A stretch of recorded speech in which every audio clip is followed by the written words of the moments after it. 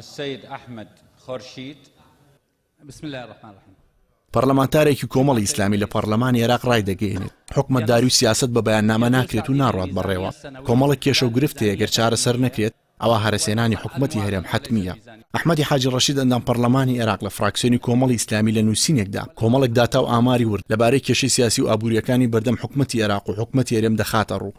لەگەڵەوەی چەند پرسیار و پێشنیارێک ئاراستی حکومەتەکانی بەغدا و هەولێر دەکات هۆشداریش دەدات لە ئەگەرەکانی ڕووخان و هەرەسێنانی حکومەت. ئەحمەدی حاجی ڕەشید دەڵێت حکومەتی هەرێم بە تایبەت ئەم کابینەی ئێستا زۆر ئاکتیڤ و چالاکە لە بەیاننامە دەرکردندا. هەر هەڵوێستەیەک دەبینێت یان دەبیست خێرا بەیاننامەیەک یان ڕوونکردنەوەیەک دەردەکات. لە بەیاننامە گرنگتر ئەوەیە حکومەت دەبێت چی بکات و چۆن ڕوبەڕووی کێشە و گرفتەکان ببێتەوە. لە بەشێکی نووسینەکەیدا ئەحمەدی حاجی ڕەشید نووسیوێتی لە ئێستادا حکومەتی هەرێم و حکومەتی فیدراڵیش دووچاری کۆمەڵێک ئاڵانگاری بوون و بوونەتە کێشە و گرفت و دەبێت چارەسەر بکرێت.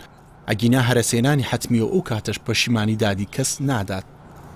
پێگنێنانی حکومەت لە بەغدا و پەرتبوونی نێوماڵی سەرجەم پێگاتە و هێزە سیاسیەکانی عێراق سیستەمی سیاسی خستۆتە قەیرانێکەوە کە ئەگەری ڕوبەڕووبوونەوەی خێراتر کردو و ئەگەری ئەوەش هەیە بمانگەڕێتەوە بۆ ساڵەکانی 1995 لەگەڵ بەرنامەی نەوت و بەرنامەی خۆراک و بەندی حوتی گەمارە و ئابووری ئەم پێکنەهاتنە هەرێمی کوردستانیشی لێ بەدەر نابێت و پریشگێکی بەردەکەوێت.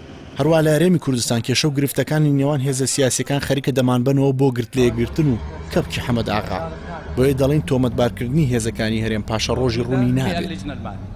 يعني إذا نوزع هذه المبالغ على گرفتی ئابووری و ئەحمەدی حاجی ڕەشید دەڵێت هەمومان ئەومان بەدەیان جاردوبات کردوتەوە کە عێراق وڵاتێکی ڕێعیە بە هەرێمی کوردستانیشەوە. لە سەدانەوەتی بەرەو ژووریش پشتی بە فرۆشتنی نەوت بەستەوە بۆیە پێویستە حسابێکی مانگانی داهاتوو ما بکەین بزانین چی بکەین بۆ هاوڵاتیان. ئێمە لە لیژنەی دارایی پەرلەمان خەریکی ئامادەکردنی چەند وەرەقەیەکی کارین بۆ ئەوەی چۆن دەرباز بین لەم قەیرانە.